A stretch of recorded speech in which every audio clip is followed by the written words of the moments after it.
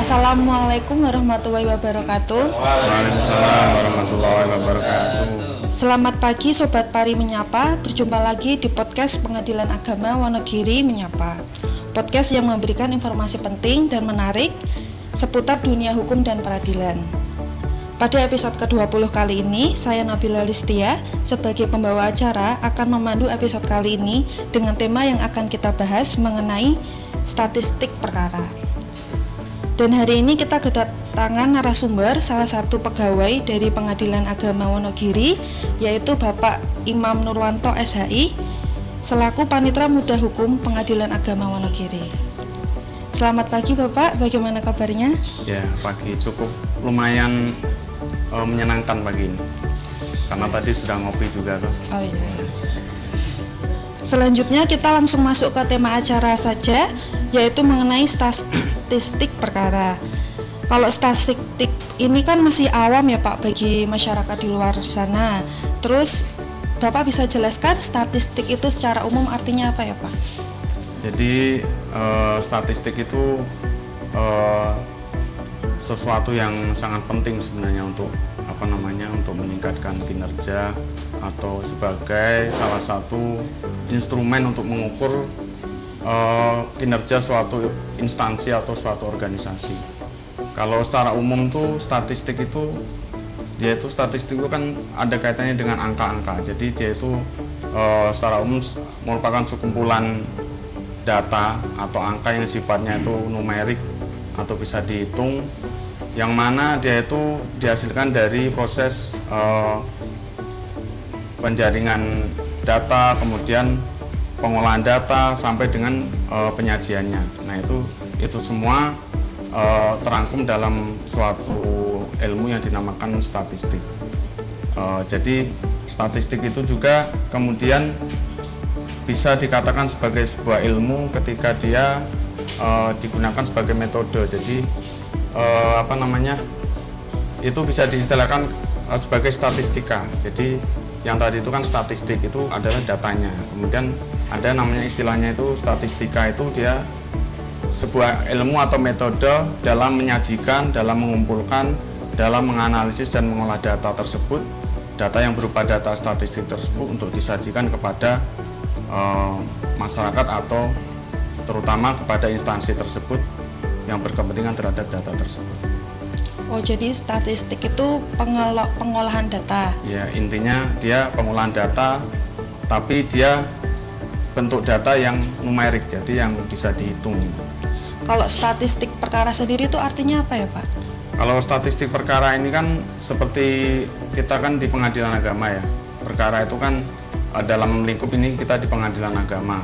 Nah itu sebenarnya kita udah nggak asing lagi, karena kita setiap saat itu kan berjibaku terutama di wilayah kepaniteraan ataupun bahkan di wilayah kesekretariatan juga data statistik itu pasti ada gitu. Jadi dalam hal ini, dalam topik pagi ini itu kan statistik perkara. Nah itu di pengadilan agama ini sangat erat kaitannya dengan statistik itu. Jadi mulai dari pendaftaran perkara itu masuk, kemudian penyelesaian perkara, proses perkara itu berjalan dari persidangan dan sebagainya, sampai dengan penyelesaian perkara, sampai dengan pelaporan perkara. Nah itu isinya itu kan data statistik semua. Jadi perkara masuk, perkara diolah, kemudian sampai perkara selesai, kemudian disajikan dalam bentuk laporan bulanan, laporan triwulan, laporan semester dan sebagainya, sampai misalnya laporan akhir tahun. Nah itu kan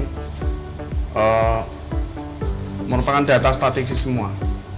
Cuma yang selama ini yang ada di kita itu kan masih standar. Jadi misalnya data perkara ini kan baru berbentuk, misalnya penyajiannya ada bentuk tabel, misalnya kayak laporan bulanan ada LIPA 1, LIPA 2 dan sebagainya. Itu kan isinya tabel statistik semua. Nah seperti itu kurang lebih. Oh gitu. Terus ini untuk kegunaan statistik dulu secara umum itu seperti apa Pak? Kalau secara umum ini statistik itu kan kalau secara umum ya itu tadi yang bahwa itu data statistik itu datanya sifatnya adalah kuantitatif, jadi jumlah, berkaitan dengan jumlah, dengan numerik yang bisa dihitung gitu. jadi data kuantitatif. Jadi misalnya dari proses penjaringan data, kemudian proses pengolahan data itu sampai dengan penyajiannya dalam bentuk misalnya grafik-grafik seperti tabel, seperti diagram. Nah itu metode penyajiannya itu macam-macam. Kalau di pengadilan sendiri berarti kegunaan statistik perkara ini seperti apa, Pak?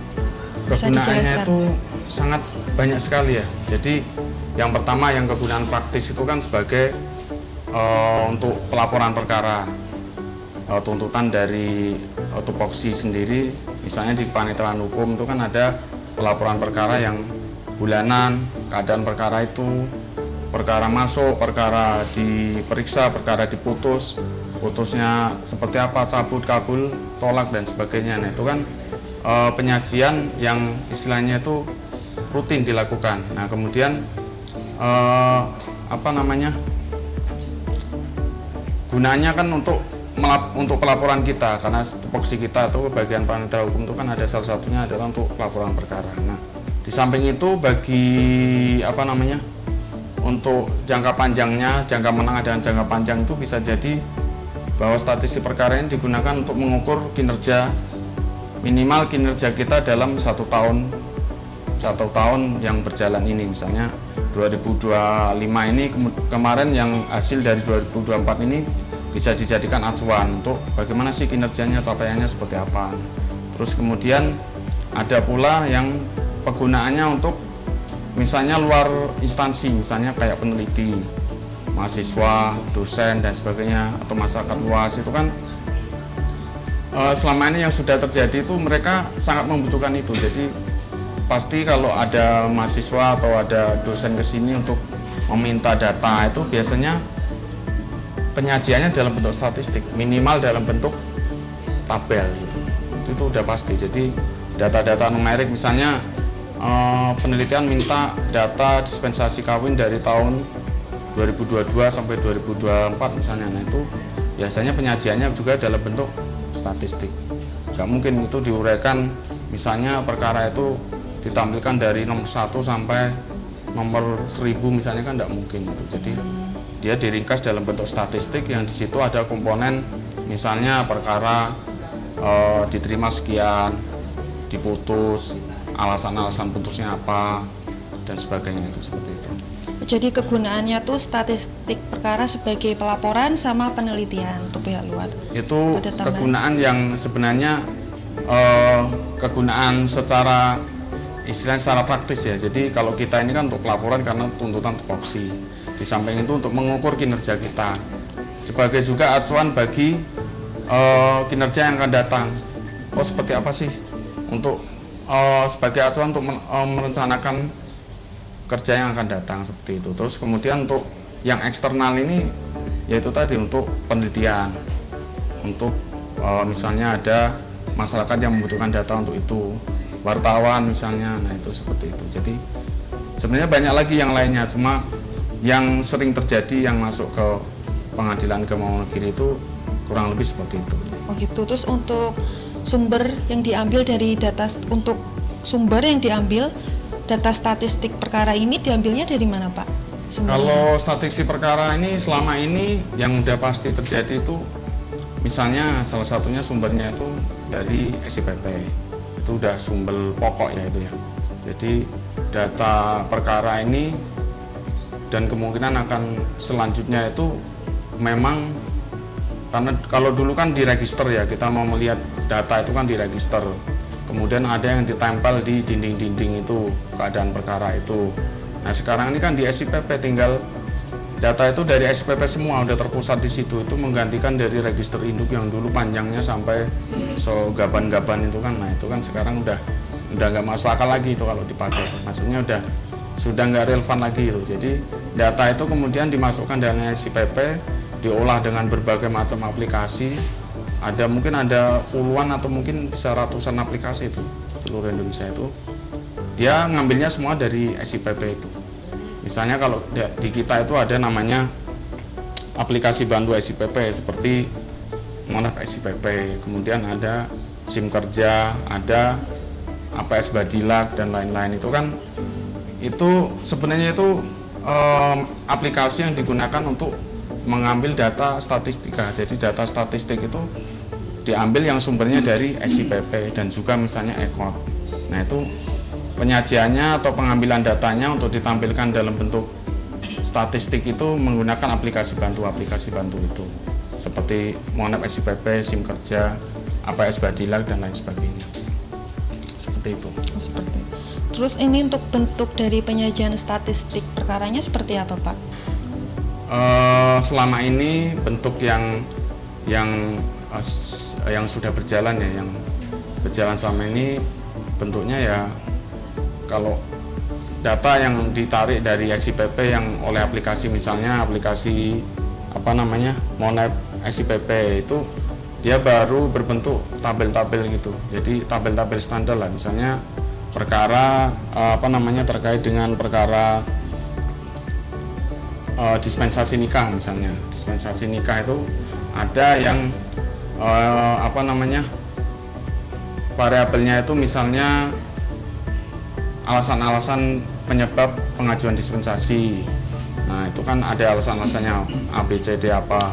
Terus kemudian ditampilkan dalam bentuk umurnya yang mengajukan dispensasi itu berapa. Ada yang 16 tahun, ada yang 15 tahun.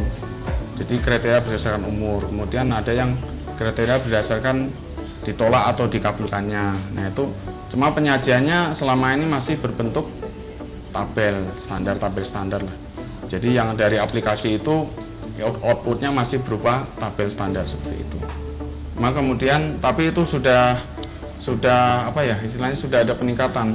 Maksudnya kalau dulu itu kan penyajiannya kan dalam bentuk tabel yang dicetak besar itu ya. Jadi ditempel di dinding sampai menuin dinding panjang itu kan. Nah itu biasanya kalau dulu nulis di manual di situ, tulis pakai spidol itu.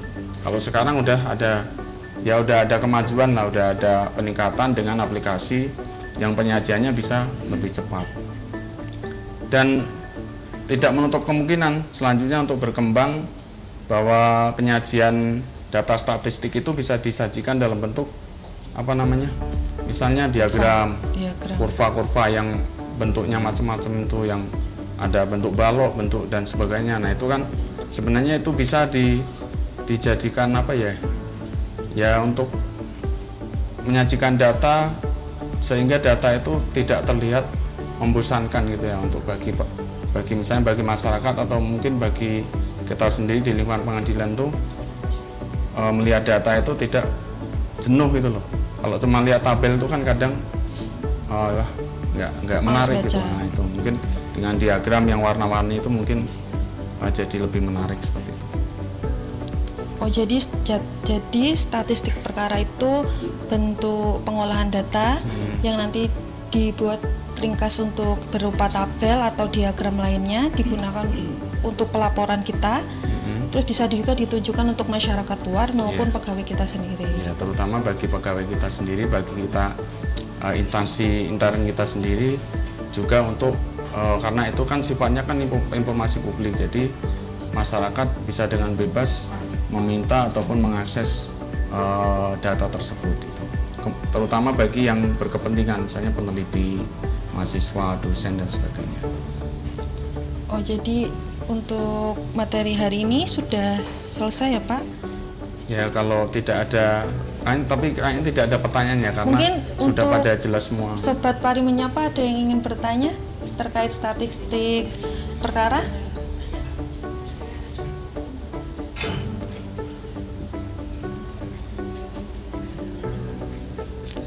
Oh tidak ada berarti ya, untuk episode kali ini sudah akan selesai. Jadi terima kasih Pak Imam atas pemaparan materi hari ini. Semoga materi hari ini bisa bermanfaat bagi kita semua dan juga menambah ilmu pengetahuan tentang statistik perkara di Pengadilan Agama Wonogiri. Mohon maaf apabila ada kesalahan dan kekurangan selama episode kali ini. Sampai jumpa pada episode Pari Menyapa selanjutnya dengan narasumber dan materi yang tidak kalah menarik. Saya Nabila Listia pamit undur diri. Wassalamualaikum warahmatullahi wabarakatuh. Waalaikumsalam.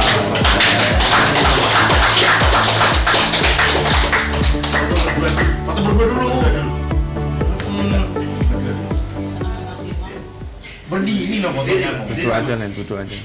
Nggak usah berdiri, duduk aja.